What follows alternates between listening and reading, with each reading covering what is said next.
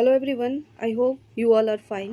तो इस वीडियो में हम बीपीएससी मेंस के एक इम्पॉर्टेंट टॉपिक को डिस्कस करेंगे, कास्ट सेंसस इन बिहार, यानी कि बिहार में जातिगत जनगणना। काफ़ी न्यूज़ में ये टॉपिक रहा है और इससे क्वेश्चन आने की पॉसिबिलिटी है आने वाले जो भी बीपीएससी का मेंस एग्ज़ाम है उसमें। तो कास्ट सेंसस इन बिहार, इससे संबंधित हम कुछ पॉइंट्स को इसमें डिस्कस करेंगे। इसके फेवर में क्या क्या ये इम्पोर्टेंट क्यों है, इसके अगेंस्ट में कुछ पॉइंट्स, इसका वे फॉरवर्ड क्या हो सकता है। तो किन किन पॉइंट्स को अगर इससे रिलेटेड क्वेश्चन पूछा जाता है तो किन किन पॉइंट्स को आप अपने आंसर में ऐड कर सकते हैं, इससे रिलेटेड कुछ टॉपिक्स कुछ पॉइंट्स को इस वीडियो में हम डिस्कस करेंगे। इन पॉइंट्स के अलावा भी अगर आपके पास कुछ और भी अच्छे पॉइंट्स इस टॉपिक से रिलेटेड हैं तो वो भी आप इसे अपने आंसर में ऐड कर सकते हैं। ये एक मॉडल टाइप का है जिससे मैंने अलग अलग सोर्सेज से कुछ पॉइंट्स ऐड किए हैं, इससे नोट्स बनाया है, तो उसी को हम इस वीडियो में डिस्कस करेंगे। तो स्टार्ट करते हैं, caste based counting in Bihar and its relevance. तो हमने एक कोट लिया है, एक राल्फ वाल्डो एमर्सन है जो कि एक अमेरिकन फिलोसफर हैं, लेक्चरर हैं, एसेइस्ट हैं। तो इनका एक कोट है कि the true test of civilization is not the census, nor the size of the cities, nor the crops, no, but the kind of man the country turns out। यानी कि सभ्यता का जो असली पहचान है ये ना कि सेंसस से होता है, ना ही वहाँ के शहरों के जो साइज है वहाँ से होता है, ना ही कि वहाँ के फसलों से होता है, बल्कि किससे होता है किसी भी सभ्यता की पहचान। तो वो सभ्यता कैसे मनुष्य है वहाँ पे, कैसे वहाँ पे आदमी निकल कर आ रहे हैं, उससे किसी भी सभ्यता की पहचान होती है। तो यहाँ पे इस कोड को हम अपने आंसर में डाल सकते हैं। अब आते हैं कास्ट सेंसस है क्या। तो caste census is the caste wise breakup of the Indian population that would not include not only the scheduled castes और scheduled tribes but other castes as well in number and percentage terms. यानी कि यहाँ पे सिर्फ scheduled caste और scheduled tribes को लेकर बात नहीं हो रहा है, बल्कि जो इंडियन पॉपुलेशन है उसका कास्ट वाइज ब्रेकअप करना है, नंबर के अनुसार पे भी और परसेंटेज के अनुसार भी, कि किस कास्ट के कितने प्रतिशत लोग हैं, कितने नंबर है उनका।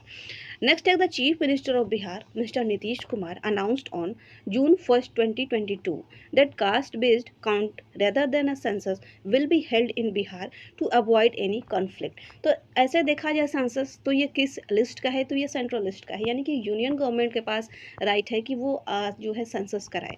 लेकिन यहाँ पे बिहार के जो चीफ मिनिस्टर है मिस्टर नीतीश कुमार, इन्होंने ये घोषणा की कि 1 जून 2022 को इन्होंने ये घोषणा किया है कि कास्ट बेस्ड काउंटिंग एक बिहार में किया जाएगा। जो भी कॉन्फ्लिक्ट है उसको दूर करने के लिए एक कास्ट बेस्ड काउंटिंग जो है बिहार में कराया जाएगा, जातिगत आधारित जो है जनगणना कराया जाएगा। The announcement regarding the caste based census in Bihar was made after an all party meeting on a caste census. यानी कि एक ऑल पार्टी मीटिंग हुई और यहाँ पे ये डिसीजन लिया गया, ये घोषणा की गई कि बिहार में कास्ट सेंसस जो है इसको ऑर्गेनाइज किया जाएगा। He also told that all parties has agreed on a caste-based census in one of the largest states of India. यानी कि जो ऑल पार्टी मीटिंग हुई उसमें सभी जो पार्टीज हैं वो इस बात से सहमत हुए कि जो बिहार है, जो कि भारत का एक बड़ा राज्य के तौर पर है, यहाँ पे कास्ट बेस्ड काउंटिंग जो है इसको कराया जाएगा। Apart from Bihar, states such as Karnataka, Telangana and Odisha had carried out the caste based census in the name of socio economic survey. यानी कि बिहार के अलावा भी इससे पहले कुछ स्टेट्स हैं जैसे कि कर्नाटका हो गया, तेलंगाना हो गया और ओडिशा हो गया, यहाँ पे कास्ट बेस्ड काउंटिंग जो है, कास्ट बेस्ड सेंसस जो है इसको कराया गया है, लेकिन उससे सोशो इकोनॉमिक सर्वे SEC का नाम दिया गया है। यानी कि सामाजिक आर्थिक सर्वेक्षण के नाम से इस तरह के जो है सेंसस कराए जा चुके हैं। अब हम आर्गूमेंट्स देखते हैं in favour of conducting cast census. यानी कि अगर हम जातिगत जनगणना की बात करें तो इससे क्या क्या फ़ायदे हो सकते हैं, इसकी क्या इंपॉर्टेंस है, तो इसमें हम किन किन पॉइंट्स को लिख सकते हैं।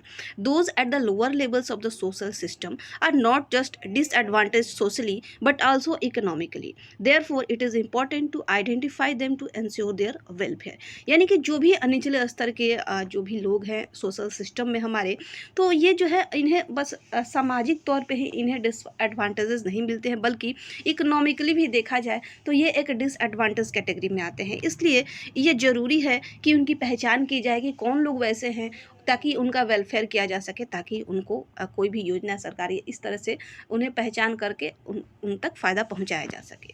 Cast data will promote independent research into the question of who does need affirmative action. यानी कि कास्ट जो डाटा अगर आएगा तो ये कुछ इंडिपेंडेंट रिसर्च यहाँ पे किया जा सकता है इससे रिलेटेड कि कौन जो है जो नीडी है, कि इनको सहायता की ज़रूरत है, ताकि उन तक सहायता पहुंचाया जा सके।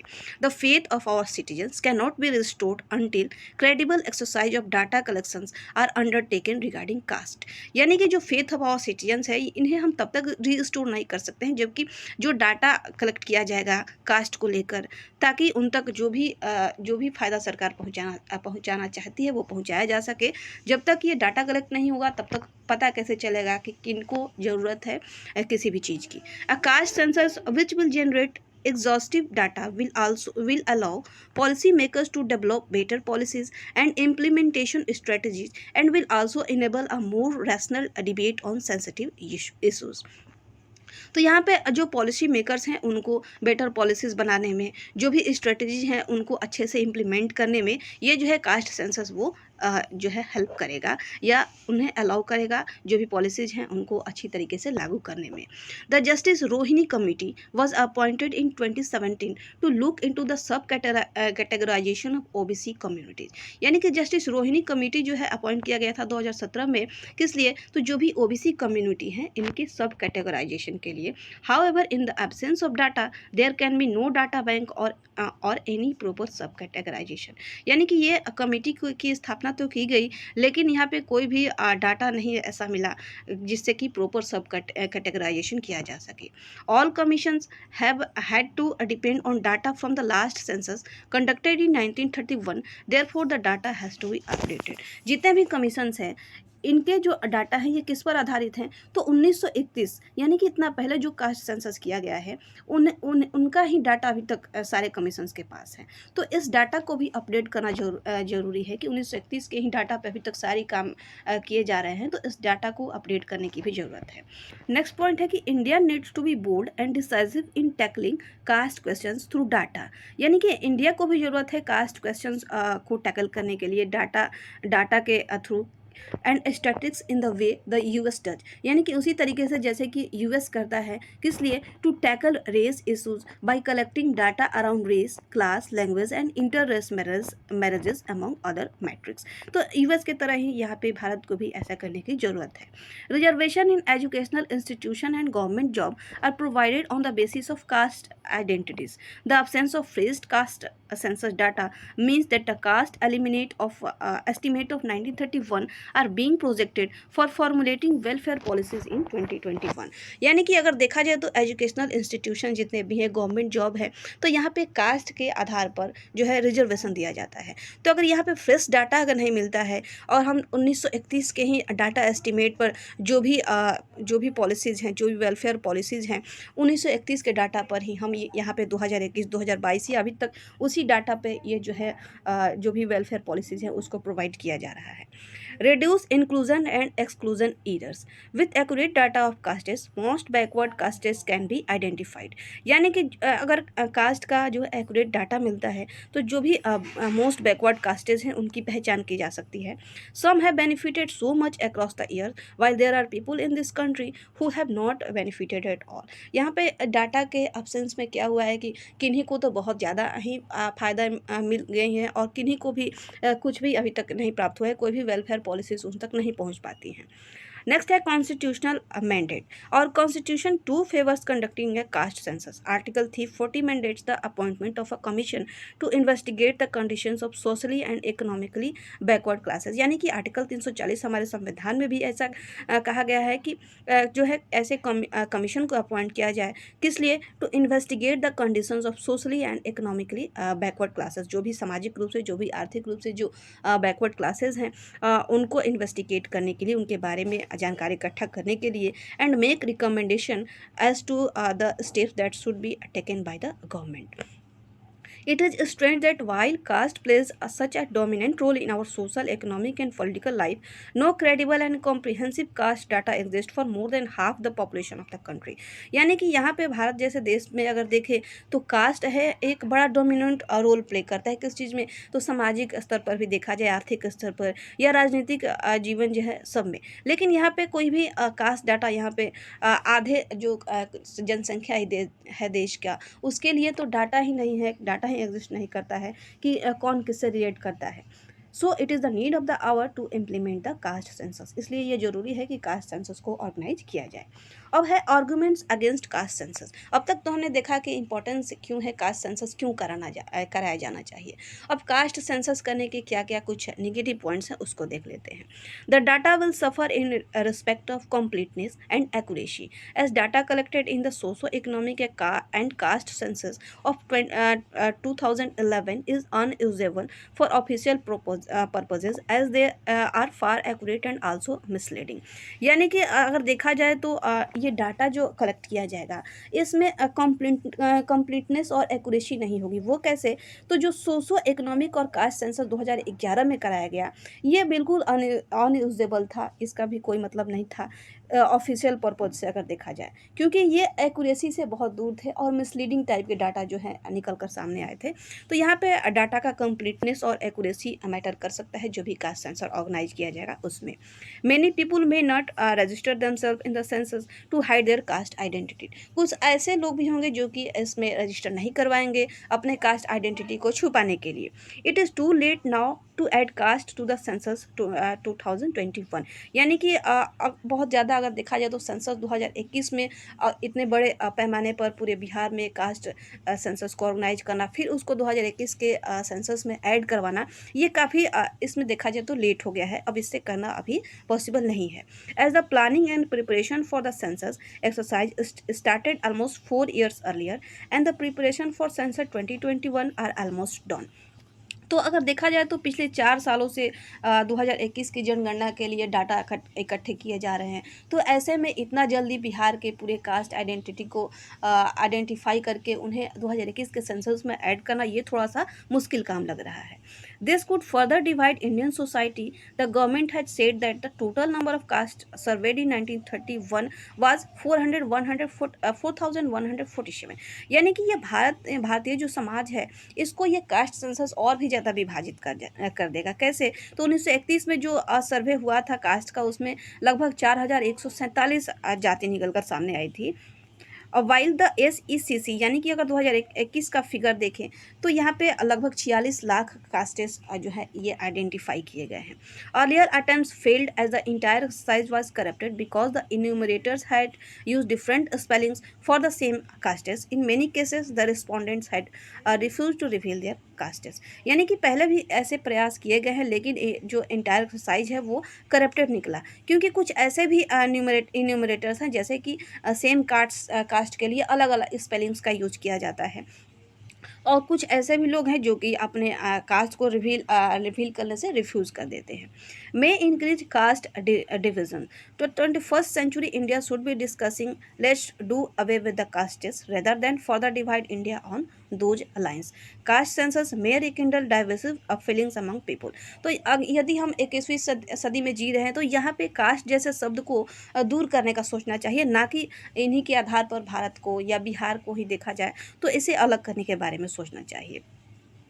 डिमांड फॉर रिजर्वेशन, यानी कि reservation that were implemented for 10 years have continued for 75 years and caste based census may lead to demand for more. यानी कि जो रिजर्वेशन अगर शुरू में संविधान के निर्माण का समय देखा जाए तो मात्र 10 वर्षों के लिए ये रिजर्वेशन प्रोवाइड किया गया था, लेकिन अगर हम देखा जाए तो आज़ादी के 76वें साल में आ गए हैं और अभी तक ये जो है रिजर्वेशन कंटिन्यू है। अगर ये कास्ट बेस्ड सेंसस किया जाता है तो और भी ज़्यादा डिमांड्स हो जाएंगी, और भी ज़्यादा कास्टेस नई निकल कर आएंगी और भी ज़्यादा रिजर्वेशंस का डिमांड किया जा सकता है। पॉलिटिकल एजेंडा में अगर देखें तो at a deeper level there are politics involve in the matter. तो अगर देखा जाए तो यहाँ पे मेनली जो है डीपर लेवल पे पॉलिटिक्स इन्वॉल्व है। जो पॉलिटिक्स अगर बिहार का देखा जाए तो ये मेनली डोमिनेटेड है किसके द्वारा, तो ओबीसीज के द्वारा।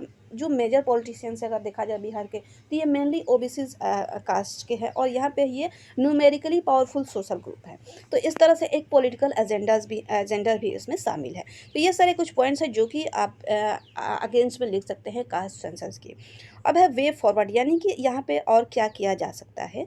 तो in democratic societies there is nothing to legally stop a person from the most deprived class and caste from reaching the highest position, but this legal rights also need socio economic support from the government and as affirmative action. तो यहाँ पे अगर देखा जाए तो भारत में जो democratic society है, एक तरह से गणतंत्र देश हैं हम, और यहाँ पे किसी भी अगर सबसे ज़्यादा डिप्राइव क्लास है या कोई भी डिप्राइव कास्ट है, उसको कोई भी यहाँ पे नहीं रोकता है कि आप हाईएस्ट पोजीशन पे पहुँच जाएं। किसी को भी यहाँ पे रोक किसी को वंचित करने का कोई अधिकार नहीं है कि कोई भी यहाँ पे किसी भी पोस्ट तक पहुँच सकता है, कितने भी हाई पोस्ट तक पहुँच सकता है। लेकिन यहाँ पे जो ये लीगल राइट्स तो दिए गए हैं कि कोई भी किसी भी अधिकार को प्राप्त करने का हकदार है, लेकिन यहाँ पे जो है इस लीगल राइट्स को गवर्नमेंट का भी सपोर्ट देना होगा, सोशो इकोनॉमिक सपोर्ट उन्हें गवर्नमेंट के द्वारा भी मिलना चाहिए। Government need to take affirmative action based on strong data to ensure the socio economic development of marginalised people living at the bottom of the social hierarchy. यहाँ पे government को भी चाहिए कि अफर्मेटिव एक्शंस ले स्ट्रॉन्ग डाटा के आधार पर, ताकि जो भी मार्जिनलाइज्ड पीपल हैं उन्हें जो सोशो इकोनॉमिक उनका डेवलपमेंट किया जा सके, उनका सामाजिक आर्थिक विकास किया जा सके। People need to understand that our sources of knowledge about the past and specially the ancient past are inadequate. It is difficult to be very certain about what things were like at that time or the reasons why some institution and practices came to be established. But even if we knew all this, just because something happened in the past or is part of our tradition is not necessarily right or wrong forever. यानी कि जो अगर past में अगर देखा जाए तो अगर कुछ भी हैपन हुआ है तो उसके आधार पर हम ये नहीं कह सकते हैं कि पीछे अगर किसी के साथ कुछ ख़राब हुआ है, किसी भी कास्ट के साथ कुछ ख़राब हुआ है, तो अभी भी वो प्रैक्टिस में है, अभी भी वो ज़रूरी है, ऐसा हमेशा नहीं हो सकता है। Every age has to think afresh about such question and come to its own collective decision about social institution. यानी कि सभी एज ग्रुप को ये सोचने की ज़रूरत है कि जो है डिसीजन अबाउट सोशल इंस्टीट्यूशन, यानी कि आप जो भी सोशल इंस्टीट्यूशन है उनके अपने कुछ कलेक्टिव डिसीजंस के बारे में सोचने की ज़रूरत है। अब है कि हम इसके कंक्लूजन में मेनली क्या लिख सकते हैं। With every passing day and increasing social awareness the urgency to do away with the caste system is being sharply felt by doctor BR Ambedkar. यानी कि अगर जैसे जैसे पासिंग डे हो रहा है, जो भी हमारा सोशल अवेयरनेस बढ़ रहा है, तो यहाँ पे कास्ट सिस्टम को दूर करने की ज़रूरत है। ऐसा शार्पली फेल्ड किया गया किसके द्वारा, तो डॉक्टर BR अम्बेडकर के द्वारा। उनके द्वारा क्या कहा गया कि if India had to attain a place of pride among comity of nations, caste would have to be annihilated first. यानी कि पूरे विश्व में अगर एक प्लेस ऑफ प्राइड भारत को प्राप्त करना है, गर्व का अगर स्थान प्राप्त करना है भारत को, तो सबसे पहला जो काम है वो कास्ट को ख़त्म करना है भारत से।